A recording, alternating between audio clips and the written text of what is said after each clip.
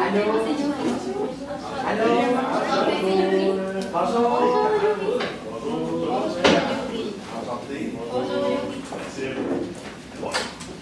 Donc, veuillez s'il vous plaît dire votre numéro d'équipe. MRH 10. Oh, bonne réponse! Plus un point. Donc, vous avez 15 minutes pour la présentation. Je vous montrerai le temps restant aux 7, 4 et 2 minutes, ainsi qu'aux 30 secondes restantes. Je ferai le décompte des 10 dernières secondes avec mes doigts et j'afficherai un carton indiquant la fin de la présentation.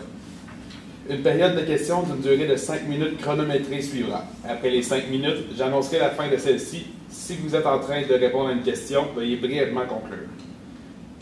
Vous ne devez en aucun temps dévoiler la provenance de votre cégep sous peine de disqualification immédiate.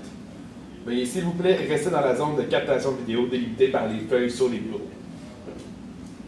À tous les observateurs, le silence vous sera demandé tout au long de la présentation et de la période de questions. Si vous désirez applaudir, vous devez attendre à la fin de la période de questions. Vous ne devez en aucun temps dévoiler la provenance de l'équipe qui présente. Aucune entrée ni sortie de la salle n'est permise durant les présentations ou la période de questions. Veuillez éteindre la sonnerie de vos téléphones. J'inviterai maintenant les juges à se présenter et vous pourrez par la suite débuter votre présentation. Je vais commencer. Je vais les cartes cet après-midi. Carl Lavoie, conservateur de production et rédacteur du temps. William Lemieux, franchisé propriétaire de la promotion littéraire de Warwick. Gabriela, directrice administrative d'un groupe de franchisés de la fromagerie. Cynthia Lafontaine, conseillère en gestion du changement chez Desjardins. Maxime Giguère, CPE auditeur au SCF Conseil Centre du Québec et chargé de cours à l'Université du Québec à Trois-Rivières. Et vous pourrez commencer quand vous serez prête. Juste une question pour le PowerPoint, est-ce que c'est vraiment bien? Oui, la Oui. Le calcul.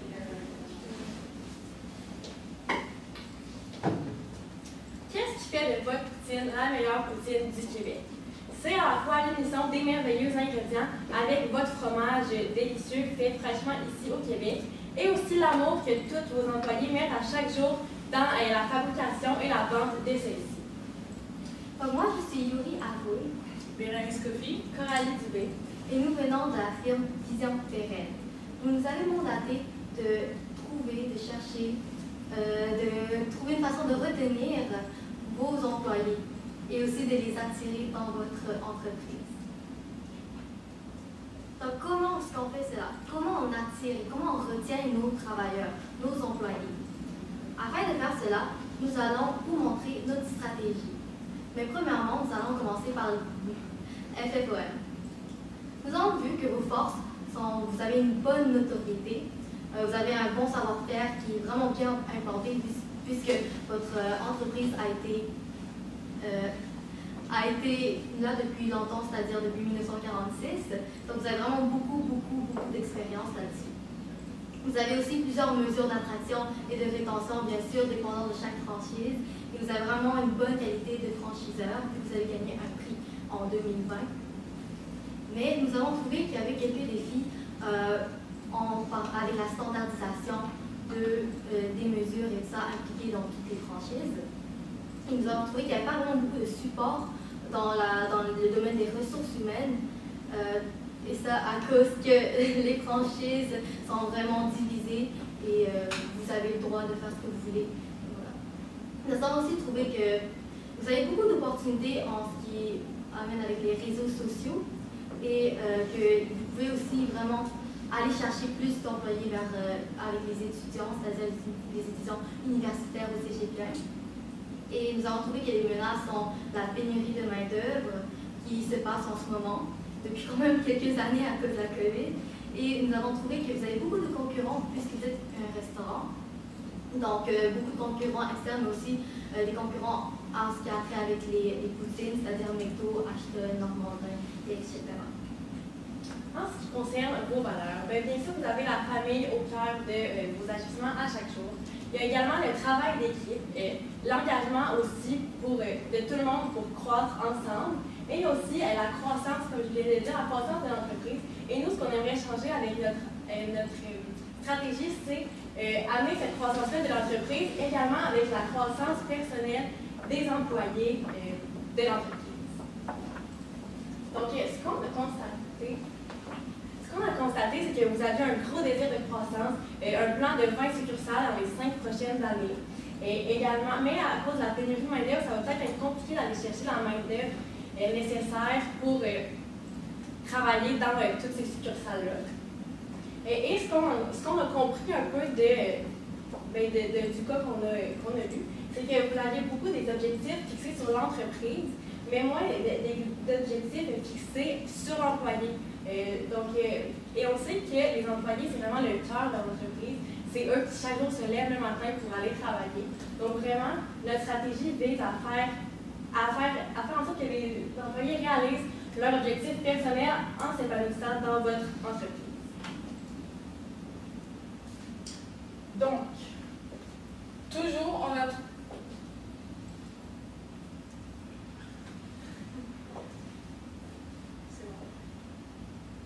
a toujours pensé que,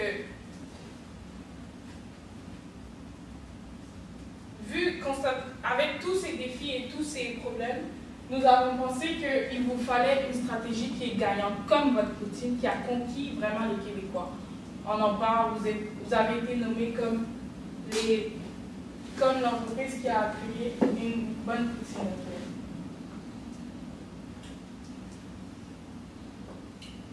Quand vous créez votre poutine, vous avez 3 étapes. En premier, vous commencez par vraiment assembler, vous mettez les ingrédients, vous faites passer ça par un processus pour donner ensuite une poutine. Donc nous, notre stratégie se divise en plusieurs étapes. La première étape, c'est rassembler les ingrédients. Deuxième étape, mélanger. Et troisième étape, savourer, déguster, savoir si cela marche ou pas. Au niveau de rassembler les ingrédients, nous avons constaté qu'il y avait vraiment des ingrédients qui sont importants. Parce que votre poutine, si elle est bonne, c'est à cause des ingrédients. Donc le premier ingrédient, c'est vraiment les réseaux sociaux, adapter les mesures que vous avez de rétention et aussi investir dans les employés. Parce qu'on sait, les employeurs qui vont garder leurs employés, c'est ceux qui vont être au cœur de leurs employés. C'est ceux qui vont montrer à leurs employés que vous êtes important pour nous. C'est pour ça que nous avons investi dans les employés. Donc, les employés que nous voulons vraiment viser, ce seraient des personnes telles que Léa ou Loïc. Donc, Léa, c'est une personne qui a 17 ans, qui est une étudiante au cégep et ça représente les deux. Et Loïc, 27 ans, un étudiant à l'université, ce qu'il aime faire, ce qui est alpin. Mais ce qui vraiment vient rejoindre les deux, c'est que leur motivation, c'est vraiment de s'épanouir au travail. Les employés, c'est le cœur d'une entreprise. C'est comme dire qu'une poutine sans fromage, sans sauce, ça ne fonctionne pas. Une entreprise sans les employés, ça ne fonctionne pas. Donc, c'est ça que nous voulons trouver, c'est ce que nous voulons faire avec notre stratégie recette gagnante. Donc, premièrement, la première étape de notre entreprise, le premier ingrédient, ce serait vraiment de modifier les mesures d'attraction et de rétention. Là, on a vu les mesures qu'il y avait dans votre succursale, mais on aimerait ça que ces mesures-là qu'on va modifier s'appliquent à toutes les franchises. Donc, premièrement, ça serait d'établir un programme de recommandation. Dans le fond, les employés qui sont déjà au travail auraient la possibilité de recommander un de leurs amis, un de leurs collègues de classe et de recevoir une carte cadeau de 100 $ dans le magasin de leur choix. Donc, ça leur permettrait de motiver à amener leurs amis et en plus, ils s'en seraient un peu récompensés. Aussi, on aimerait notre stratégie vise à mettre les repas gratuits lors du corps de travail. Donc, les employés n'auraient pas à se soucier de s'apporter un repas. Aussi, ce serait de donner un 15 % de rabais sur les produits de la fromagerie Victoria et de la boutique pour les employés et pour leur famille lorsqu'ils viennent manger avec ceux-ci. On souhaite également un horaire flexible. On le sait, les étudiants, ils ont des cours, ils veulent un horaire flexible.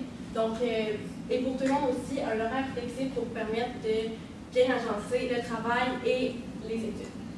Et finalement, on aimerait vraiment valoriser l'atteinte des objectifs personnels. Donc, à chaque mois, vous avez les systèmes de concours pour les atteindre les objectifs de l'entreprise. Mais on aimerait ça garder ça et aussi à chaque mois que chaque employé s'établisse un objectif personnel et à la fin du mois, il y aurait une rencontre dans le fond avec la personne, le gérant qui s'en occupe. et il parlerait de est-ce que l'objectif a été atteint et s'il y a des efforts qui ont été mis. Par exemple, un employé qui a de la misère a été efficace aux caisses, est-ce qu'il a essayé d'être un peu plus efficace ou juste il a fait des petits efforts qui lui ont permis de s'améliorer dans ces domaines. Maintenant, on est rendu à la deuxième partie de notre stratégie, c'est-à-dire mélanger tout ça pour rendre notre stratégie concrète. Donc, dans le fond, ça, c'est le calendrier de la stratégie recette gagnante. Donc, premièrement, au mois de novembre, donc dès la semaine prochaine, ce serait justement, comme je viens de l'expliquer, de revoir les mesures et de les mettre dans un document pour que ça soit clair et aussi les appliquer à toutes les franchises. Au mois de décembre, janvier, février, ce serait une campagne publicitaire pour aller chercher des nouveaux gens. Donc, dans le fond, on va le voir tantôt dans le budget, mais on investirait pour aller chercher, pour faire un travail publicitaire plus sur les réseaux sociaux, mais aussi sur le site Internet pour montrer c'est quoi travailler à la fromagerie Victoria. Et ensuite, après cette campagne publicitaire-là, on garderait vraiment une présence sur les réseaux sociaux constante. Donc, les fromageries Victoria ont déjà un compte TikTok, un compte Instagram. On veut continuer ça et mettre vraiment l'employé au cœur vraiment des vidéos, mettons, sur TikTok et sur Instagram. Ensuite, on aimerait ça faire des formations pour permettre l'épanouissement et le grandissement de l'employé au sein de l'entreprise. Donc, ça serait des formations sur le stress au travail, sur la conciliation travail-études, comment s'améliorer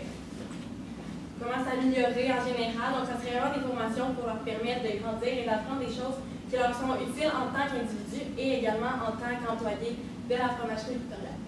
Finalement, on aimerait ça mettre des activités sociales à chaque saison pour permettre vraiment des rassemblements et de tisser des liens entre les employés de l'entreprise.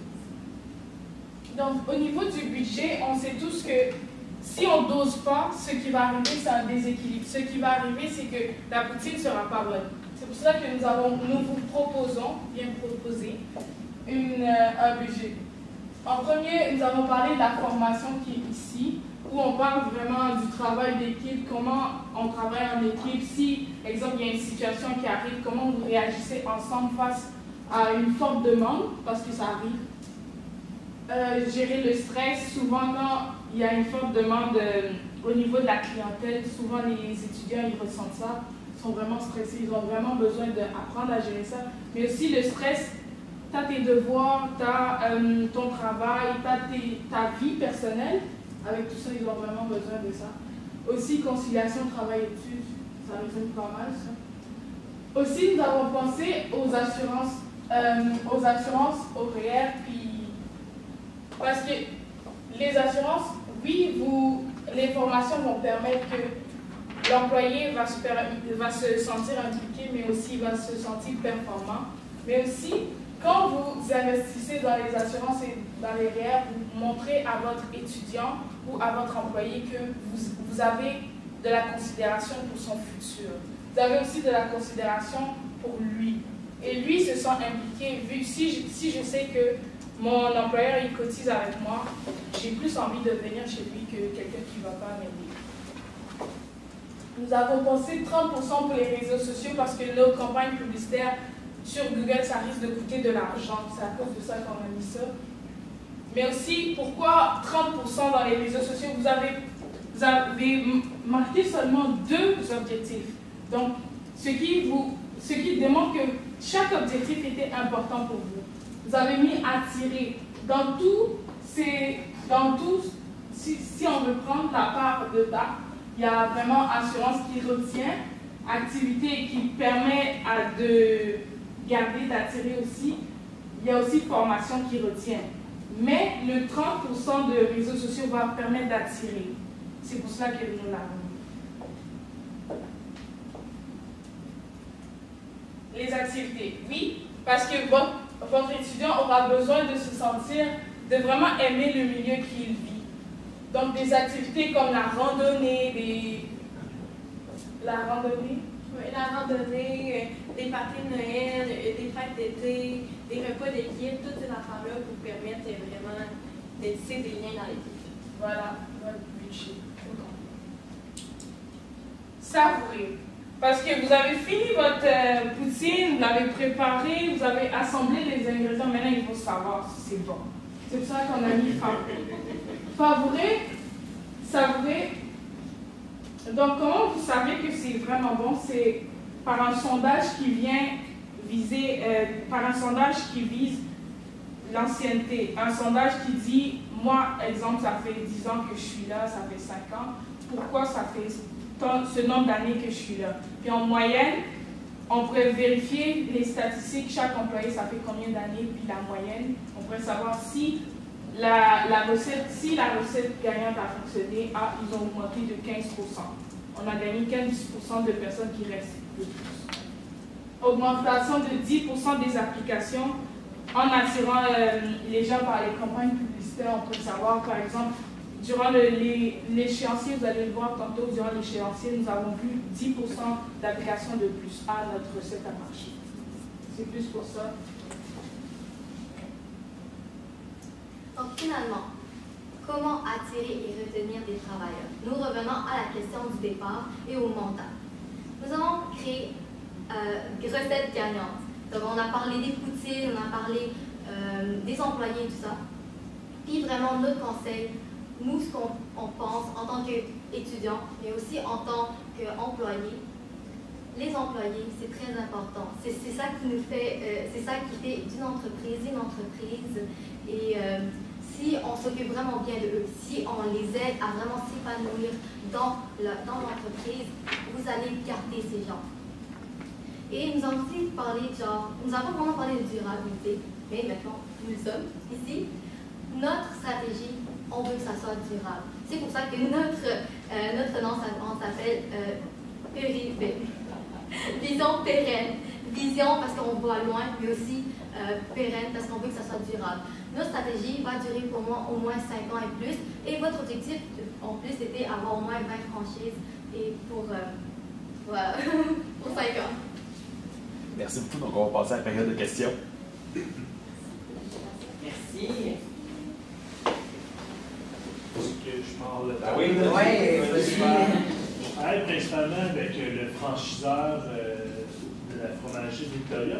Je constate que votre recommandation principale en attraction de rétention, c'est de dire aux franchiseurs de prendre action puis d'implanter ces solutions-là sur toutes les franchises.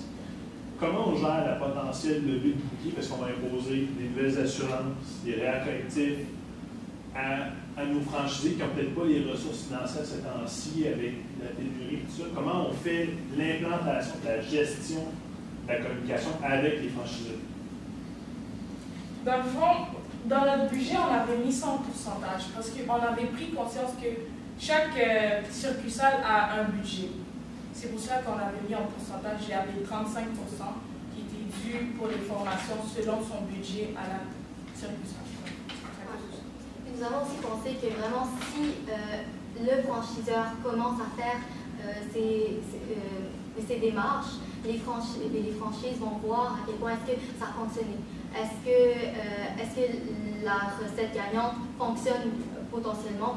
Et puisque le franchiseur a beaucoup plus de budget, je crois que c'est vraiment une bonne idée au moins d'essayer. Puis les franchiseurs, quand ils vont voir le potentiel, quand ils vont pouvoir savourer, quand ils vont voir le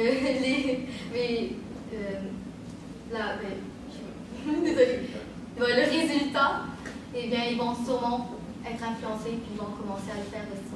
Donc, c'est vraiment le franchiseur qui doit prendre le premier pas pour que les autres puissent aussi prendre ces pas. Oui, pas de problème. J'aimais bien l'idée des objectifs personnels.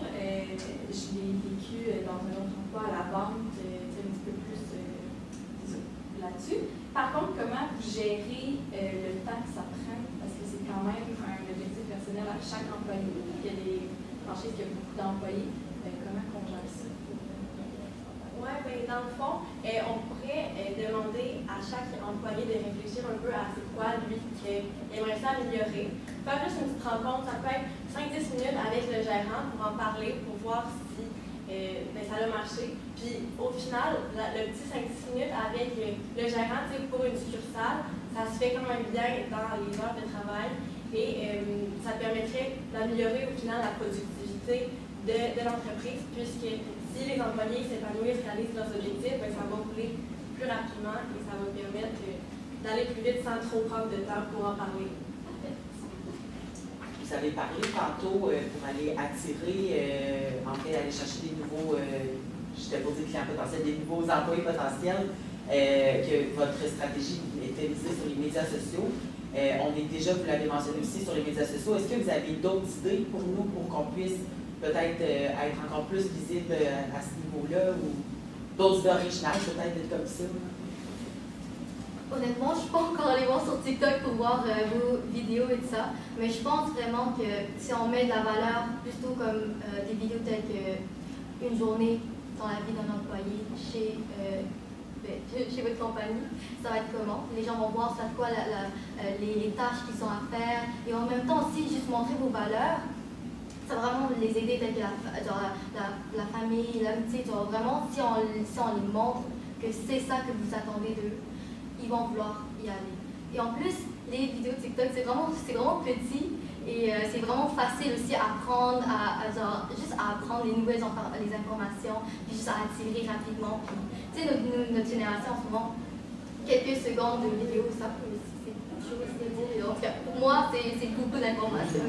Parfait. Et aussi, Ouais. pour rajouter, on va parler dans les chantiers, dans la campagne publicitaire. Ça serait aussi pour montrer, par exemple, dans des panneaux publicitaires, mettre des annonces sur Google, sur Facebook, sur les réseaux sociaux. C'est ça, dans le fond, qu'on avait aussi dans le budget pour permettre d'avoir accès à cette visibilité-là. Non, pas seulement sur TikTok, mais aussi sur ces autres plateformes. Parfait, c'est bon, super, merci. Donc, ça va conclure la période de questions. Merci. Merci beaucoup. Merci. Vous pouvez les oublier maintenant. Félicitations, félicitations. Très belle présentation. Merci. Félicitations. Merci. Merci.